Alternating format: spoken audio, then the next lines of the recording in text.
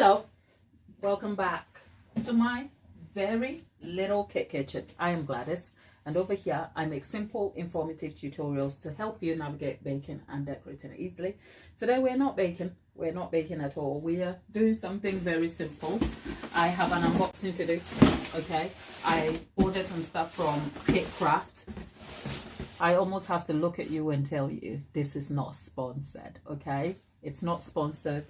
I went and I paid for these items with my own money, okay? But then come to think about it, I don't see a lot of sponsorship videos from cake companies. Why is that? Is that me? That's just a random thought, but it's not sponsored. I wanted to pick up some cake materials and supplies just because I need them. And I thought, it might be great to open them along with you. So as you can see, these were delivered this morning and I haven't cut it at all. So whatever I see here is the first experience of whatever I shop for. So without wasting your time, let's jump into it. Tapita, it's been a little while since I last saw you. Yesterday I wasn't here. Yes, I know I wasn't here yesterday. Yesterday the day just went left on me, and I thought playing catch up was just going to be pointless. So I deserted you yesterday, but I'll make up for it. Easter is coming though. How is Easter and what are your plans for Easter? Let's get into it. And then let's go and open this one. Let's see.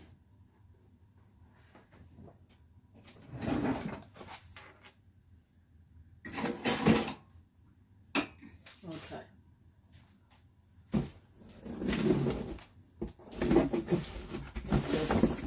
I know the box is in your face. Don't worry, I'll get it off your face in a minute. Delaney is here. Delaney. Okay. Exciting. First of all, let's see. Okay, sorry if the box is in your face. Exciting. So this is what the box looks like on the inside. So let's jump straight in and see what we have. Tapita says she hasn't thought about Easter so much. Okay, there's not much here. There is, oh, okay, that's interesting. 14-inch board, what you will call a cake drum. Okay, 14 inches of that.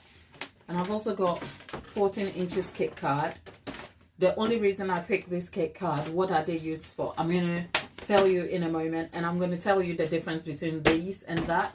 I've spoken about that before, and yeah, so if you, not much in here really.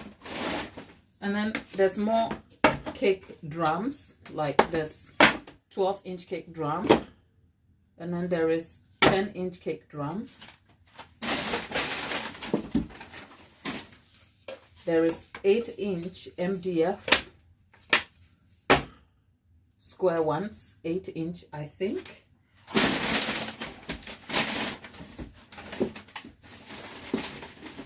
And then there is more cake drums here. There's 7. This is 5-inch and this is 6-inch. Essentially these are the small items I picked up.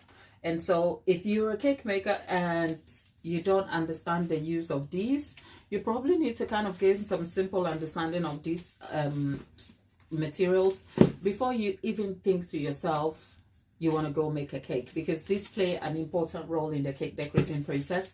And I've spoken about this before on the channel. I think if you go back on to the previous lives, you will find a few a live where I spoke about the subject of cake cards, cake drums, what they do in the decorating process. But touching on that very slightly, these are 5-inch cake cards. In some areas they are 5-inch cake drums. The word drum is used interchangeably with cake cards, which means it's a card if you like, but this is a drum, right? Oh, sorry. It's used interchangeably with cake board. So the board or drum signifies a heavy trim here if you like. And the card is almost like this. I didn't prep, so I don't think I have access to the cards here. I'll leave it. But the cards, or cake round, as my American counterparts would normally say, comes in a thin foil cover. Sometimes they are thicker and sometimes they are just finely cut like this, and they come in different shapes. You can have them round, you can have them rectangle, all different shapes. The point is there's a clear difference between the cake board or drum and a cake card. The cake card normally slim, soft, and card-like in appearance, and the board or drum heavy and thicker. And the essential difference is they play different roles in the cake decorating process. There is the handling of the cake and the setup of the cake, and then there's the cake decorating process. The cards are generally for the decorating process, in that sometimes they slide in between the cakes, as in you can set a card at the base of the cake. So I'll give you an example. This card cake at the bottom has a card. The brown thing is the cake card. So as you can see, the card allows me to be able to transfer and handle the cake without having to touch the cake. It also offers protection for the cake underneath, so that in movement and transfer, the cake is sort of sealed off. So that is traditionally the role of the cake card. Because it's flimsy, it can't do anything else. So besides going underneath the cake like a car cake, it can go underneath cake of all shapes. So the good thing is that you can buy the cake cards in the shape of the cake you intend to use it for, and then put it underneath the cake. So for instance, if I was making round cakes and I wanted round cake cards, I will pick them thin, 5-inch, and then they go underneath the cake. So they don't do much. You can't use them for the purpose of anything else or handling the cake, except for what I have just explained to you. So bear in mind that is the cake card, because when we move on to cake boards or cake drums, you'll realize that the role is slightly similar to a cake card, but it takes on a more detailed role. So bear that in mind. So if you're starting baking, and the difference in sort of intention and goals for each person and their baking journey is always going to differ. So when I refer to if you intend to start baking, I'm specifically speaking to anyone who intends to transition from their point where they are now to making structurally sound cakes that are built and decorated elegantly to professional standards. You really need to have an understanding of what cake cards do. Now, in modern cakes, I've always said the cake rules, there are principles to guarantee stability for you, because when you transition from, say, an amateur baker's phase to professional cake making, there are some standard principles that will help you maintain structure and stability of your cake, and there is no compromise into that. But there are no strict and fast rules for cake decorating. I mean, at the end of the day, you can do what is convenient for you as long as it serves your purpose. So for instance, if you decide is a cake card necessary for the handling of a cake, for all intent and purposes, and for the teaching of this subject, I will say yes, because of the significant role it plays. It plays the role that I've just explained. It goes underneath the cake, secures the cake, closes it from being exposed. It breaks, if used in tiered cakes, it breaks the weight of the cakes that are towering down. And all in all, it supports the structure of your cake better. Right? But in modern cake making, there have been different ways that cakes have been structurally sound without a card underneath. So it's not unusual that if you go to your favorite creators like social media, you'll find that cakes are built straight on the board without a cake card underneath. Now, is that wrong or right? There's no right or wrong. And like I said, there are no fast rules to the cake decorating process, as long as what you are intending to do, you have understanding, and your intention and purpose for doing what you're doing is going to support your goals ultimately. But for you, if for the best outcome, I will always encourage a card. It's kind of like counterproductive that I have a 14-inch cake card that doesn't even represent anything. But if you go back to the previous videos that I have done, you will see me using a cake card almost for all the cakes that I will be building. And the reason why I picked up this 14-inch rather flimsy thing is because when you're making shaped cakes like a car cake like this, you are not going to get a cake card that is built like a car cake. You are not. It's not.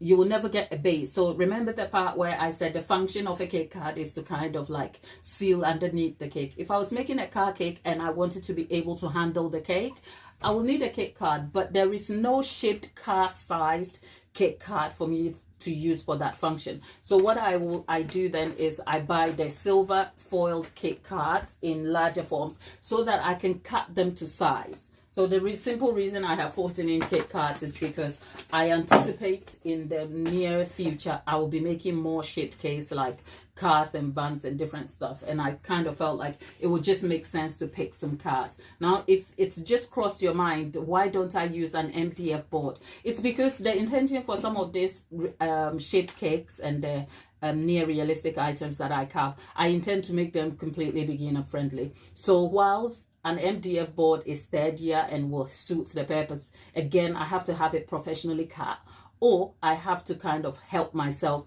cut it, which can be a little bit like intimidating if you have no knowledge of power tools and is intimidated by them. And I'll tell you, I've gotten used to them because I've had to build structures to kind of hold my gravity defying cakes, but they're not things that I wake up and look forward to dealing with. More so, if I was making cakes, these cakes for beginners, I try to kind of introduce materials that are easily accessible and also make the process easier. And you can't go wrong with a flimsy card and a sharp blade. Essentially, that's the purpose for picking that up. So if you're still here, there's 10 of us in the chat. There's 10 of us in the chat. Today, we are not doing much. I just took the chance to kind of talk to you about cake boards and cake cards because that will underpin, because in the membership group that I've started, and I've said the memberships are not for everybody. If you choose to get in the membership to support us, that is fine. I'm completely grateful, but I'm clear about the goals of the membership. The membership group, I can't speak. The membership is solely for anyone who wishes to transition and polish their skills. So I'll be introducing some membership-based content there that is serving you specifically for your journey and where you are. So at the moment we have Denai. So I said Denai, Faso. So Faso, this is directly for you if you're watching or if you catch up on playback. At the moment it's just you, and I've always said whether it's an audience of 1 or an audience of 100, I am serving you. So Faso, if you're catching this on playback, do me a favor and leave your suggestions in the comment sections of videos that you would like to see. Obviously the membership will grow and I will be able to tailor content for serve you specifically, but in the meantime, because it's just a limited number now, it would just make sense to make the videos that you might want to see, or something if you have questions specifically about something in your current circumstance as a developing cake maker. I can answer those, which means that your being in the membership is being rewarded and valued.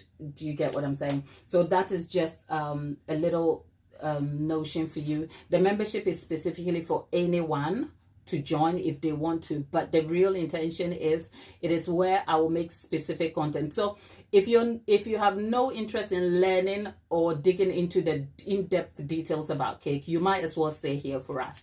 I've always said the membership, I started it, I wasn't very clear, and then I scrapped it for a minute, and then I got clarity about it. So the clarity point is that if you wish to support us, that's amazing.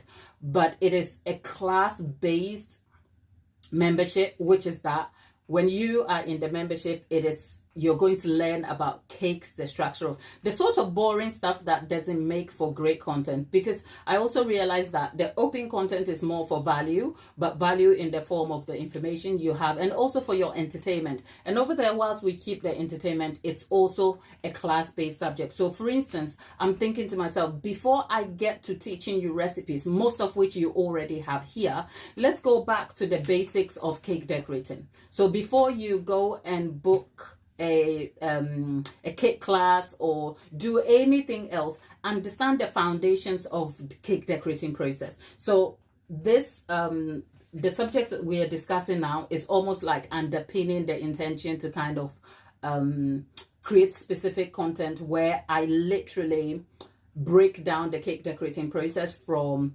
recipe development to buttercream functions to the specific things, that tools that you will even pick up. It's boring, it's dreary, but it is answering specific questions for you, so much so that if you are able to master the understanding of that, you're probably well on your way to cake decorating. And perhaps what you will be more suited for is considering what else your next step is. Because like I said, cake classes are very helpful, but if you don't understand what you're doing, a class can only solve one problem or a couple of problems at the same time.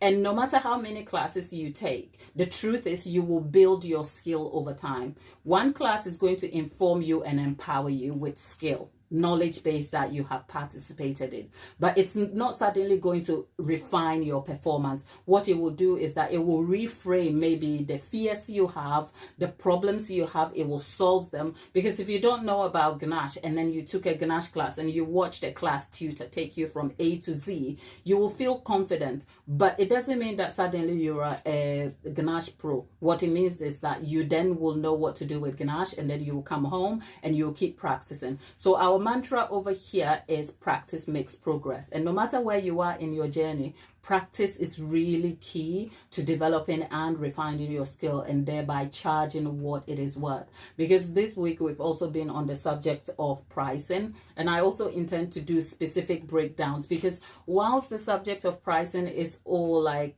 muddled up on social media, I guess much of the real core problem here is not knowing what exactly you're charging, or even where to start, or whether the formula that is already available suits your circumstance. Because in the last video I did say that if you are a beginner, I can understand and I have empathy for why you may be unwilling to charge that for that cake that is worth maybe over 120 pounds, and yet you're selling it for 70. The reason is not because you are silly or have self-confidence issues. It's because you probably don't know the value of your skill, and at that point you are in a place where you are transitioning. So you think, okay, I want to win people over, I want to put my name out there more, and so I just want to charge my worth. And whilst that is acceptable, you can't do that long term. All right, so that is just by the way. So we finished the subject of cake cards. Bear in mind where I said cake cards are just for the purpose of the decorating process and not cake drums. Interchangeably, cake drums are used as cake boards as well. And the unique difference between the cake drum or board to the card is that the drums or boards are thicker in terms of the trim over here. And they come in different materials, okay? You can have them in foil covered cards that are stacked like this, or you can have them in premium food safe MDF boards like these here.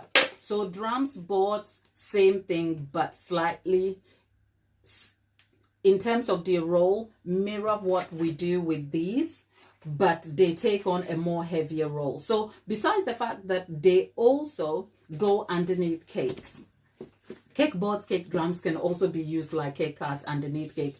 And why would you choose a board over a cake card under a cake? Well, if you're building tall cakes that are heavier, you need heavier support systems. So if you use that, like say if this was a round card underneath an 8-inch cake, a 9-inch cake, I mean a single tier cake, it will work up to a certain extent. The moment you're going for 2-3 tier cakes, for safety you probably want to get a cake board. Is it generally the hard and fast rule to use the cake board? No. Depending on your confidence and what you understand and how you can use them, you can use maybe the bottom one as a cake drum, as in a thicker board, because you have 2 tiers of cake towering down on the base cake, and then you can replace it with cake cards. It is neither here nor there, but if you're looking to assure your structure and stability of your cake, definitely go for what? A cake drum when you're building a tall stacked cake. So that is one of the uses which is similar to the cake card over here. But even a more extended role that cake boards and cake drums undertake is they are used for the display of cakes. So it's not unusual that you will see your 3-tier, 2-tier cakes are sitting on a cake like this. So imagine this being a cake board or drum, and then you have your stacked cake, a 6-inch and a 4-inch, or an 18 and a 6-inch, whatever that would be. And it's the same for the different diameters. So this I have, I think these are 10 inches diameter, you know, and those are generally going to be used for displaying my, say, 6-inch and 8-inch cakes. For there's really no fast rules to these as well. Like I have gotten the simple question of what diameter should you consider for what cake. I think when I took a cake class many years ago, my tutor, who is a very astute and award-winning tutor, actually just recommended that is just setting preference. So if you're making a 5-inch cake and you want to set it on a 12-inch cake drum, good for you if that works visually for you. But her recommendation was, at the time she was an NEC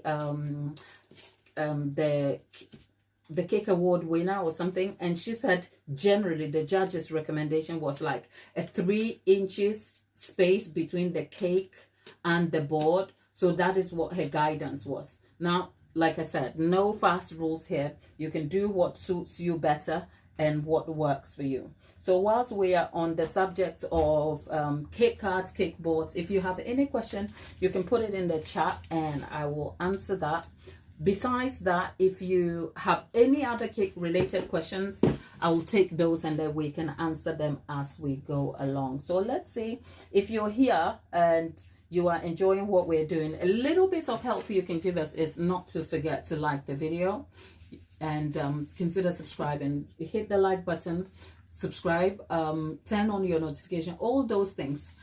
I know it sounds like a boring call to action, but I cannot tell you how important that helps us. So let's see who is here. Denai is in the chat. Denai, hello everybody. Dolly says, I love the whiteboard. You know what, I am a creature of habits. I am a terrible creature of habits, and I don't like change very much. Says a lot about me, right? That's why I don't make trendy cakes, because sometimes I'm like, why are you doing this? Are you just doing it for doing sake? And so when these boards started getting introduced, I was like, I prefer my fondant boards. One thing I'll tell you though, I have never been fond of the silver boards. Like displaying cakes on silver boards has never been my thing. You will never catch me on these streets out here with that.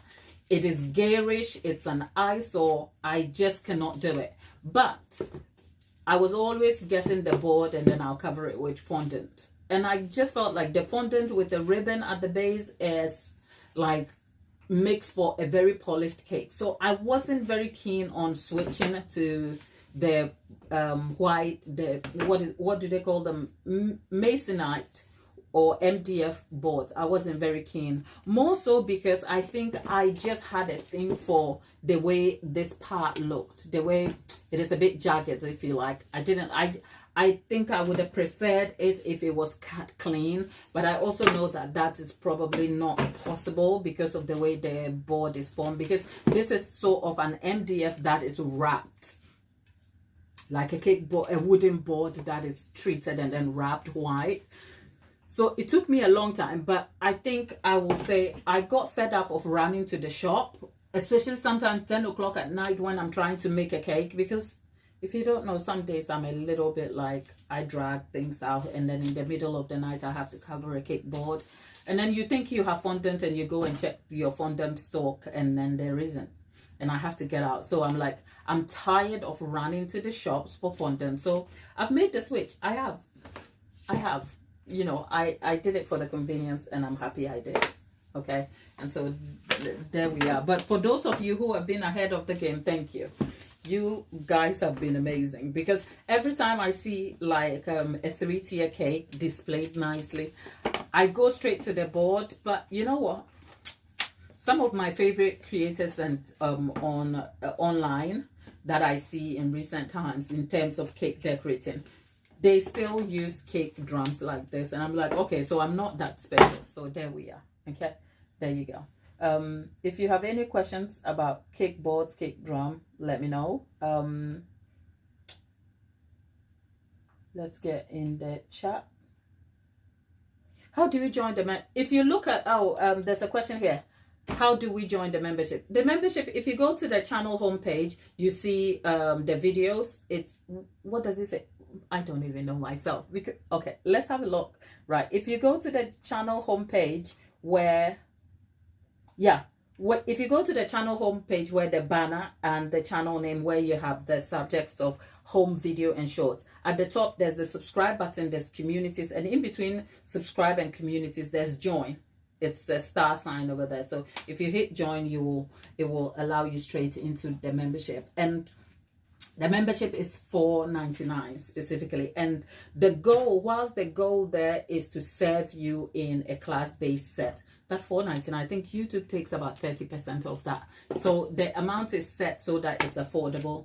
I also know that I could put the content up on my website, but I also don't want to move you away from the community that we are already building here. So your commitment to the $4.99 is trying to support the channel whilst also allowing me space to kind of create content that specifically suits you. But like I've always said, I'm not going to kind of skimp the information that we need here. The information that is already available will remain. And if I have to do anything about what is here, what I'll do is that I will add an extension to that. So this is what that is likely to look like. For instance, in the future, when we grow and I need to produce resources to serve you, they will remain in the membership. So say, for instance, some recipe resources. If at the moment you have the recipes available here, as in if you're starting baking or decorating and you want like some solid recipes you can rely on, I mean, they are already here. Those are not going to be taken away. But an extension of that already existing value will be making sure that I can tailor those recipes to the different sizes. Say what a recipe can yield you in a 5-inch tin, a 6-inch, a 7-inch, or an 8-inch, so that that information is more organized and gathered probably in some resource format for you, so that not only are you getting a recipe, but you're getting additional information that will support your outcomes. Because whilst I have done baking for all this time, the channel is here to serve you. I get that we get like the add-on of sometimes chit-chatting. The goal is never to be deviated from, which is that it is here to answer your cake problems. It is here to solve your problems. And I think where we are getting to is a refinement stage where the channel is solving your specific cake decorative problems, because I can't create content for everybody. I can't do that, because to succeed on YouTube, sometimes you have to be wide. You have to create the entertainment videos. And I realized that the entertainment videos are not what I want to do, because my value to you is to provide you information to help you succeed at what you do. So that the membership allows me just slight room to be able to do that in a way that specifically serves you if you are there. I hope that helps.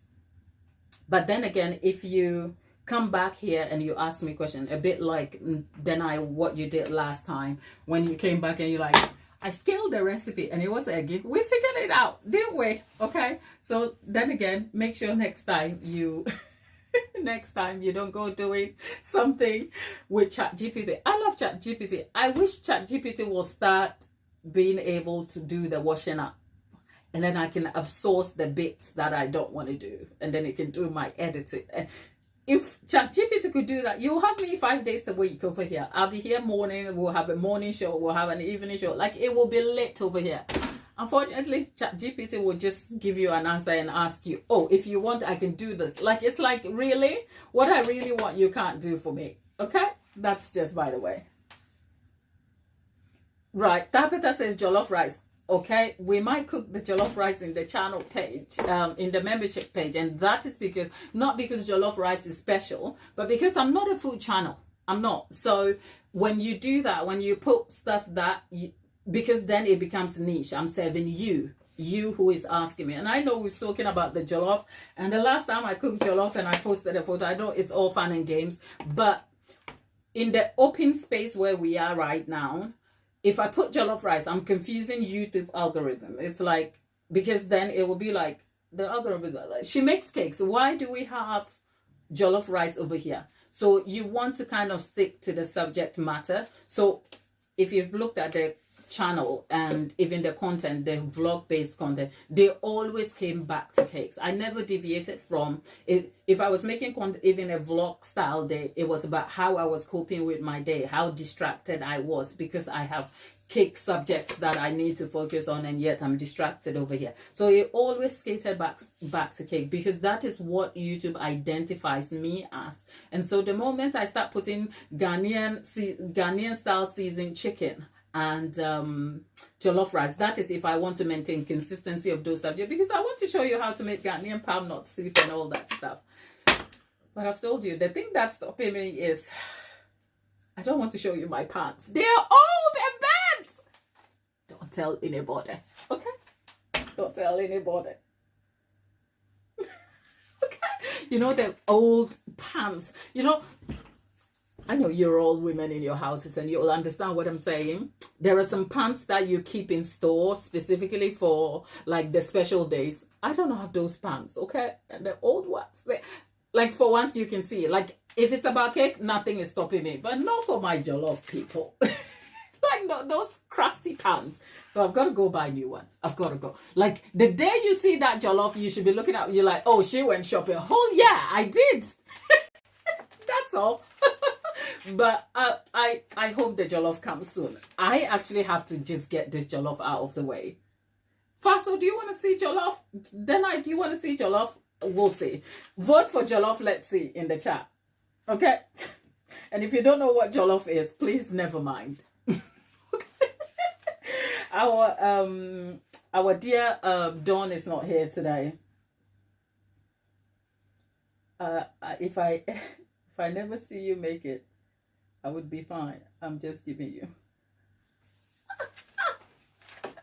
Look, at least you have Ghanaian chicken over here, okay? Don't worry. That's it.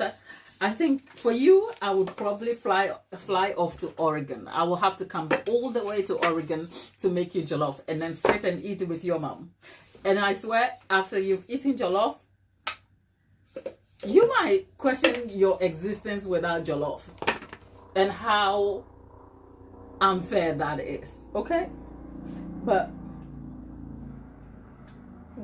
Dolly, come on, go ahead, give it to her, because I've told you, we had that. Look at us deviating again. I've told you, the subject of jollof is not something, it's actually exciting because it has become this thing that is present in popular culture and we all talk about it. But no two jollof recipes are even the same. Not even your mom's and yours, and jollof will humble you, my dear. Okay? So maybe besides feeling a little bit uneasy about my pants, it is that I know jollof will wake up one afternoon and decide that today is not the day, okay? You have to make sure the sauce is right. And I've told you, whatever jollof recipe you are checking online, if your cook is not telling you how long you have to stew the tomatoes or simmer the tomatoes in the sauce for, they aren't teaching you good jollof, my dear. That's all. Let's see what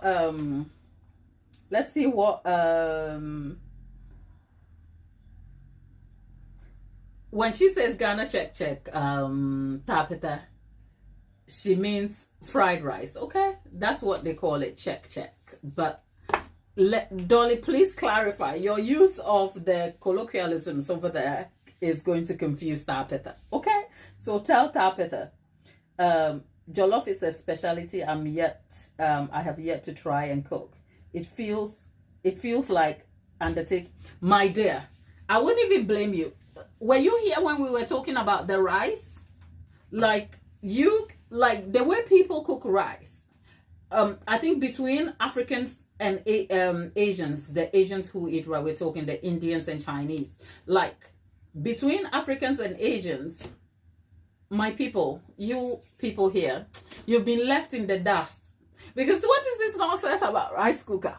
I understand the convenience of a rice cooker. Believe me, I live for convenience, okay?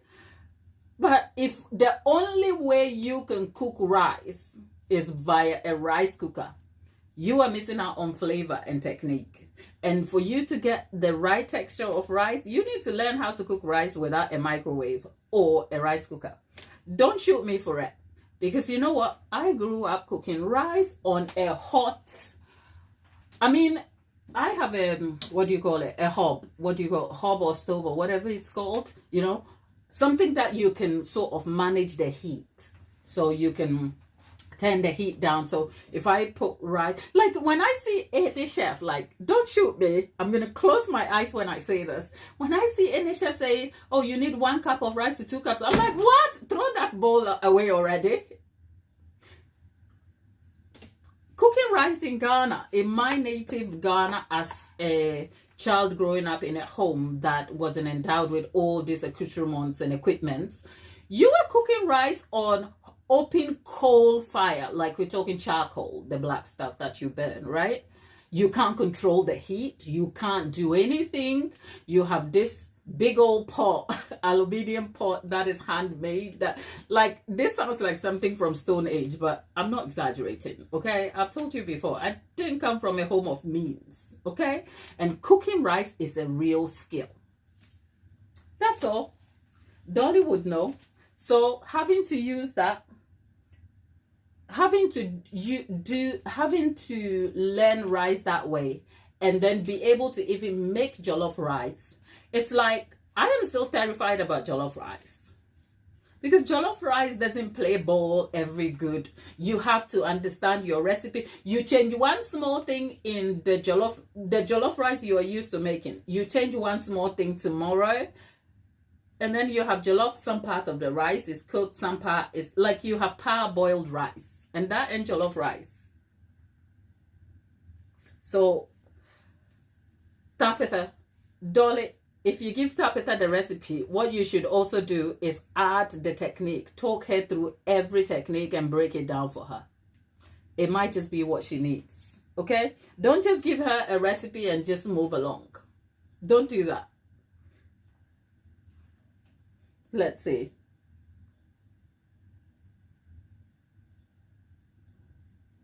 Oh, okay, you've made, see?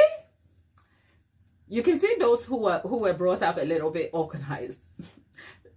I'm gonna leave this. It's the first time I've heard it. Jollof recipes in a book. Dolly, you need to produce that book and sell it. That's all.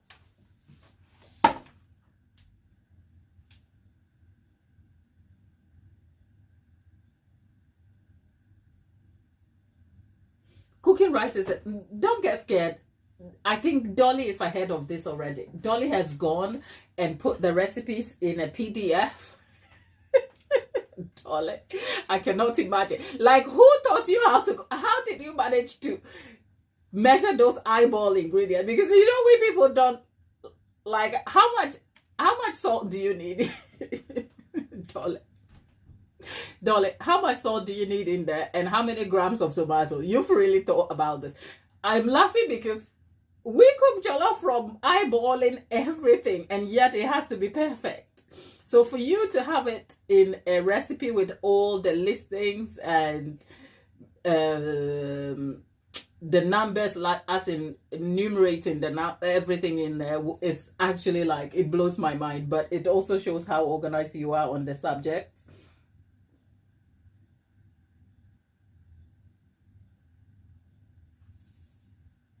Okay, so Barbara is asking, would the method to the formation is vital with... Yes.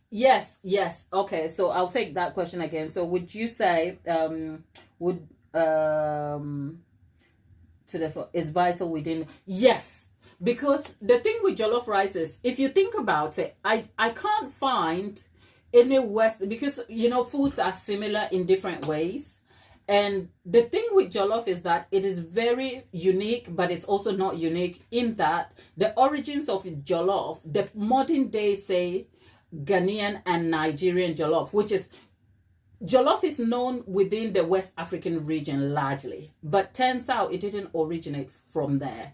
Don't quote me, but at the moment I think it traces its formation, its origins back to Senegal, who are the original makers of jollof as a traditional meal. And so the way they make jollof and even the color of their jollof is not what we have as jollof. So the modern day Ghanaian jollof or Nigerian jollof, which is very popular among the Western conversation, is a variation of an original food that is sourced from somewhere, right? And so people have tailored it to their own styles, and the ingredients vary largely, but there are similarities in the ingredients in that, for instance, for you, it's essentially rice that is cooked in a stewed tomato sauce. And we're talking stewed, simmered in oil tomato sauce, right?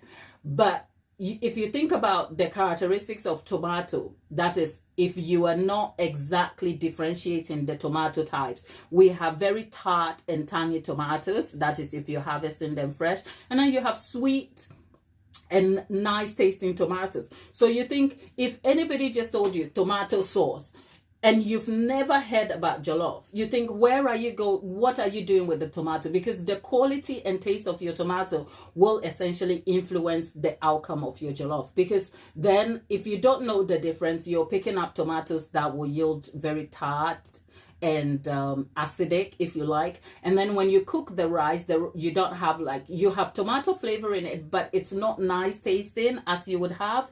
But if you've never had jollof before, you don't know the difference. So you're like, okay, that's jollof rice, and that's, you know. So for some of us who have grown up eating that food, if I wasn't talking to you, it would not be a conversation about process and formation at all. It won't, because it's something you do at home. But when you find someone who just wants to understand it, I think it is really important to give them all the information so that it sets them right for success.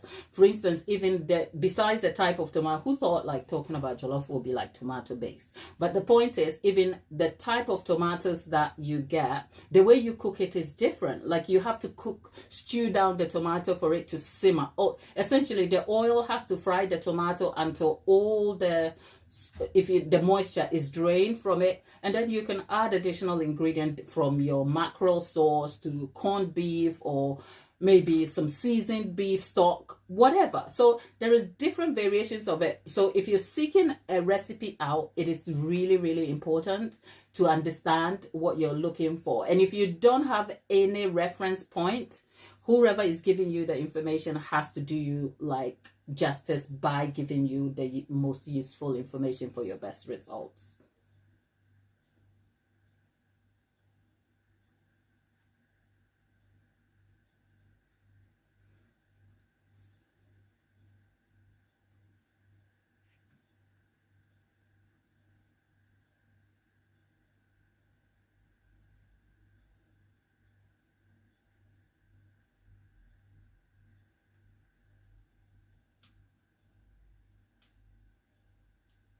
So yeah, jollof. But you know what? Maybe I'll go and sleep and wake up and think, it's Christmas. Let's make jollof and let's have fun with it. Okay? So it's neither here nor there. But Ghanaian food is good. Okay? I would say that though. There is palm nut soup. Dolly, do you have a recipe for groundnut soup? I haven't had peanut butter soup. They call it, well, over here we say peanut butter soup, but back in Ghana we call it groundnut soup. Anyway, enough of the Ghanaian food, people. If you have cake decorating questions, put them in the chat and then we'll talk about them. Okay? But yeah, and with the subject of cake prices, you know what? These items here cost me. Shall I go into my inbox and tell you how much they cost me? Do I even have the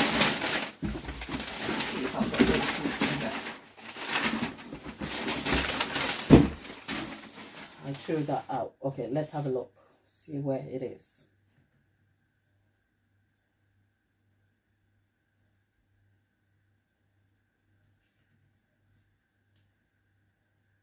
Yep. This is what a total of £60 got me.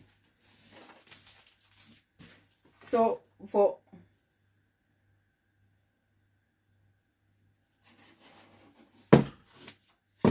£40, okay. Convert the £40 in dollars and see. I imagine for £40 it will be about, is it $48 or $50? Maybe I'm wrong. Winora is back. Hello. So for all the arguments and contention about cake prices, I would say about 2 years ago, right? And 2 years ago seems like a long time ago. But about 2 years ago, these items about 30 to 40 pounds, yeah, not bad. Maybe £2, £2.50 for an item, if you like. This alone here cost me exactly £60.58. So round it to £61, and that doesn't include postage. Because if I had gone for the option of next day delivery guaranteed by DPD, that would be about £14, if you like. I think, no, it was anything between £8 and £14 for, say, if I wanted it delivered ASAP. And I've told you before that I am not as organized as I appear sometimes. Sometimes you leave things so late, and in the middle of the night you have to make an order, and they give you like an order cut-off time. So say if the cakes was due tomorrow and I made the order by 3 p.m. today, I'll get the order coming out tomorrow for me, like tomorrow 1 p.m. So sometimes, say if the cake is to be collected in the evening around 4 a.m. and you want to just chance it, I say that to say, if I had added postage to it, this would have just been no less than 68 to 70 pounds just for these items. There's nothing special about it. You saw the box delivered here. So let's see how many items make up that amount, and then let's work it out. Since you know what, we are all about transparency over here. Essentially, they have a free delivery for orders over £45, and this is from Cake Craft Company. Cake Craft Company, right? So from Cake Craft Company, let's count how many items we have, because like I've told you, we try to keep things honest here and open, so that because sometimes what you don't know can fuel your fear. So with all the subjects and contention about cake prices being so like out of touch and unacceptable, like we are being made to feel like the bad guys, let's look at how much all these items, and then let's find an average cost of each. Of course, the prices vary from one thing to the other, but this is also part of deriving your overheads, because sometimes you can't price an overhead by a single item. Sometimes the overhead is calculated by the value of the entire item. So I've already ordered this. If I was adjusting, say for instance, the cake card and cake boards prices have increased, and you haven't made that adjustment on your, your Excel spreadsheet.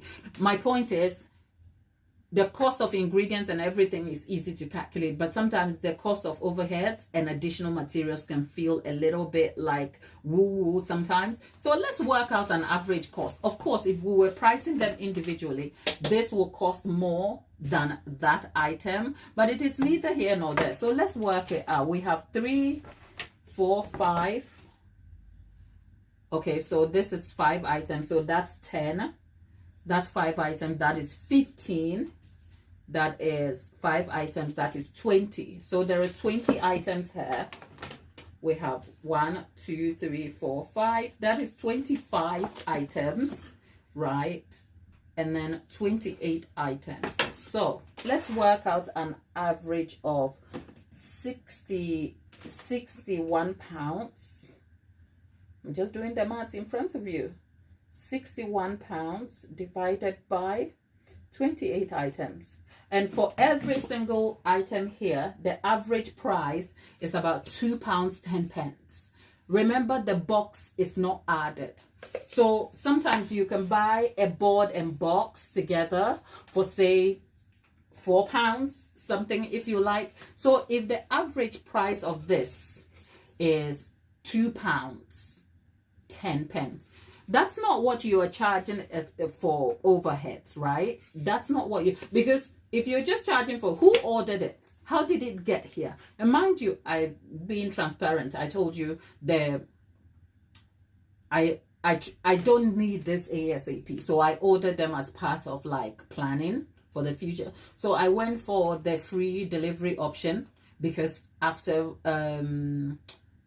with a £45 purchase, you get free delivery. But the free delivery is up to about 3 days before the delivery comes through. So I ordered this. Today is Thursday. I made the order Sunday night and it got delivered this morning. So imagine if I wanted these to come quicker, I would have to pay extra. But let's stick with our current situation and what relates to it.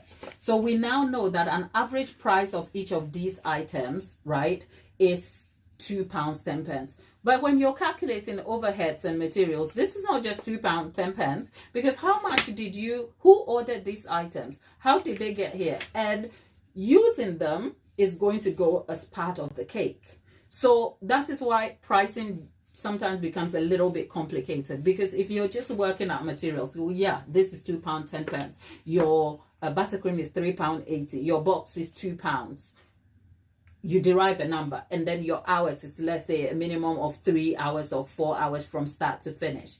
But that will only sell you short, because I would estimate that if you're a beginner at this minimum medium cost of £2.10 with a box, you're going to work out like £4 to £5 for board and box alone, because then that will include your estimated assumed overheads, that includes the invisible task of the use of the board itself, because that's you doing something, but that is also calculated partly as part of what your hours. So if you're not confident about your ingredients and you're using the formula of cost to time generally, where you just derive all your cost and multiply it by 2 or 3 of the same amount, which means your time is not actually calculated for, but you've kind of bumped up the prices of your cost just so that it offsets your use of other items and kind of gives you a little change back. Then it will make sense that whilst this is estimated to be a medium cost of £2.10, you can actually estimate this to be about £2.50, and the 40p will go towards some other cost which is invisible at this point. So it's, at least that gives you some idea. Let's see what you have in. Tabitha has to run, darling. Okay, Tabitha, we'll see you later, dear. Take care.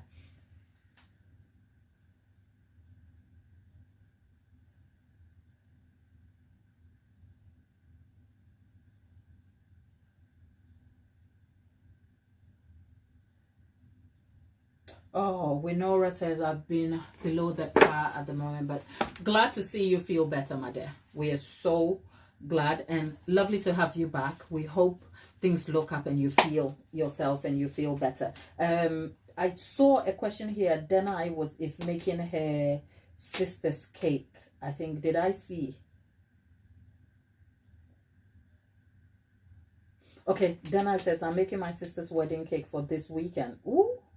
Would be decorating today and keep it in the fridge. Okay, would decorating it today and keeping it in the fridge be okay for freshness? It is going to be served on Saturday. Today's Thursday. Yeah, it depends. If you're using it's what the general answer is, yes. If you decorate it today and keep it in the fridge ready for Saturday, that should be okay.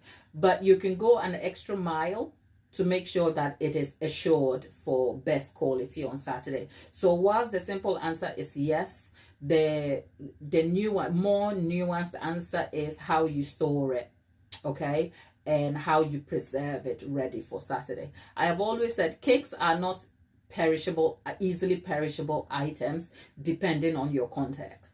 Of course, if you're posting the cake in a box via post, then it is very perishable, because one fall and it's smashed and it's over. But as an item in itself, because of the amount of sugar and what it is as an item, it is not as perishable as you may perceive. So there is always room for how you preserve a cake and how you store it. You can save a cake for up to a year. So the subject of how to store a cake shouldn't be as scary, but the context that is generally sometimes missing is how it is preserved during the storage process. So you can save it for sure, but how you store it will determine the quality of cake you get in the end. As in, if you're going to keep it for Saturday, make sure, if you can keep it boxed and wrapped up. And the reason is, when you keep a cake in the fridge, especially if you don't have a designated fridge for cakes, because with a designated fridge for cakes, you can tinker with your temperature a little bit just to make sure that it stays cool rather than cold, right? But if it has to be stored in a home style fridge where you have other domestic products, like as in it's your primary fridge for use at home, you can't do anything with tempering with the temperatures, because it has to stay steady to almost like preserve other food items. So the cake is not the primary thing you're concerned with. So if you kept it in your home fridge, you want to be careful where you keep it. So keeping it boxed and wrapped up means that even if the cake is completely cold, set solid, it will aid condensation. It would make sure that the cake thaws nicely and the cake is not affected.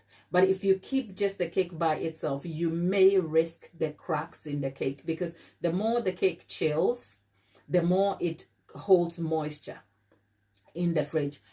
Cakes, okay, I don't want to, something just occurred to me and it just felt like I wanted to go left, but I'll come back to that. So if you keep a cake that is covered in buttercream and decorated in a fridge, it is preserved on the inside, because the cake is not exposed, so it's not going to dry out your cake. So it will save well. But the risk is that when the cake chills and it traps all the moisture, when it comes out without any covering, it is going to then, the temperature variation might lead to the cake cracking. So then you have the problem of having to touch up the cake. So if you want to avoid that problem completely, or at least try and mitigate that problem slightly, what you want to do is cover the cake, as in box it and wrap it, so that the cake is completely sealed off, and then you thaw it slowly instead of just pick it and go. But the other thing also is what is stored in your fridge by the time you are saving this cake in your fridge. What is also in there? If you have strong smelling food substances in there, like your cheese, if you had blue cheese in your fridge, no. And I would say for myself, like palm nut soup in my fridge when a cake is in there, but it's neither here nor there. I have the advantage of having like designated fridges for cake. But I say that to say, storing or preserving a cake by refrigerating it for days is not actually the risk to your cake. What is a risk to your cake and its quality is what is influencing the preserving environment. That's what you should be focused on. So I hope that answers your question.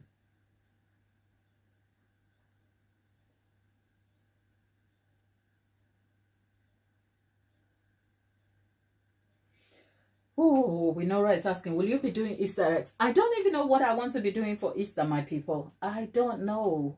Like, when I came, I asked what you're doing, what everyone, I haven't thought of, because you know what, I'm not a sugar-scented person, as in the chocolate eggs. Maybe I might want to do something that is Easter themed, as in with the Easter eggs. I don't know, maybe a brownie with the Easter eggs, or cupcakes with the Easter. I don't know. But yeah. Because I'm also not a chocolatier, you see. I only make cakes. So I don't know. Now that you've asked, maybe if you have some ideas for Easter, come and tell us and let's see if we want to do that. It will be exciting to do that. But I really haven't thought through that at all. So then I hope I've answered your question better for you, my dear. But yeah, if you keep the cake refrigerated today, it should be fine. It should be for Saturday. What time Saturday is the cake going to be eating?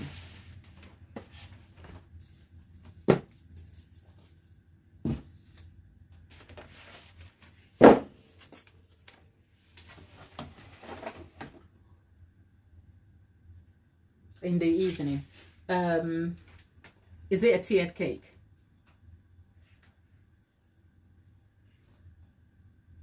Evening 8 p.m. Is it a tiered cake?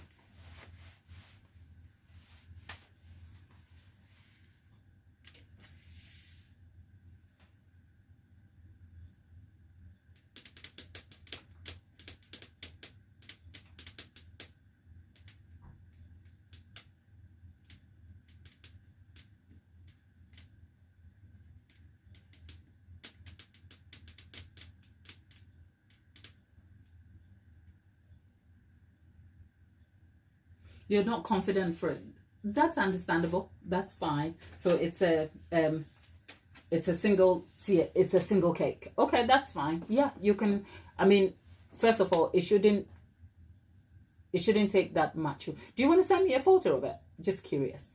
If you get it done, and yeah, if you are you okay? Do you want to send me a photo of it, or are you okay to kind of post a photo? No, it's a wedding. You wouldn't want to post it. Yeah, right. Yeah, you can send me a photo of it. I want to see how I can help you with that if you need it. But yeah, people, just like I'm not confident enough. I have no doubt with the way you are going. If you keep at it and you keep practicing and you keep going, I have no doubt in no less than a year you will be able to put like a tier cake together. But I can also appreciate you taking your journey one day at a time, right? But you've come a long way. I mean, if anything, we've managed to fix recipe issues. You've sorted your preferred buttercream. You've advanced into some very technical buttercream subjects and completed those. And you made the cake for the baby shower and all of that. So you know what? When I tell you, I keep hinting about the story of my first experience with cake. I'll tell you that story in a quick summary before I go, and then maybe I'll go and think about it. Sometimes it's organizing for a sit down video that I just don't have room for. But me today, if you saw my very first cake wasn't, I don't have the story of the cake that looked like, oh gosh, we are going to die. Okay, I don't, because I knew very quickly I just had a thing aesthetically for a cake. Okay, because I went into cake making wanting to be my own cake representative, if you like. As a Ghanaian, I didn't like cakes very much, not because I didn't like cakes, but I found them too sweet and overwhelming because I didn't have the mouthfeel for them. Like this sugar thing with the blob of icing, it was just too much. But I also thought if I can make the cake I can eat, then it's a win for me. And that's besides the integral story of finding baking at work and all of that. By the time I came to making cakes, this was the intention, like to make a cake that a Ghanaian who doesn't like sugar can eat. And that's where I approach cake making. So I've always known that I didn't want to have like slimy falling cakes over here to the side. But even when I go back to my archive of images over the last X amount of years since I've been making cake, when I go back to my very old archives, like we're talking 10, 11 years ago, I see the cakes and you realize that without even knowing, the progress is like, it's like night and day. Those cakes are a long time ago. And you look at them and you think, okay, those went bad, but here is where I am. And the difference is that it was just an everyday journey, like waking up every day and then trying to beat your last effort. Okay, and in the cake decorating process, if you understand the techniques, which is something I focus on a lot here, which is why we are very long-winded, the intention matters. Because if you understand what you're doing, then it will lead to solving problems along the way, which will eventually lead to compounding skill and growth in the process. So with everything you've done so far, to be honest, I have no doubt that blink and before you know, you'll be stacking cakes, and we are just excited to be along for the journey with you. So yeah, let us know, and that will be super fun. Yeah, the email is in the I think it's somewhere. Find it on the homepage. I am sure I am not that I'm not that invincible online. Okay, so I'll look forward to it, but otherwise, people, your girl gotta go. And I'll catch you on the next one.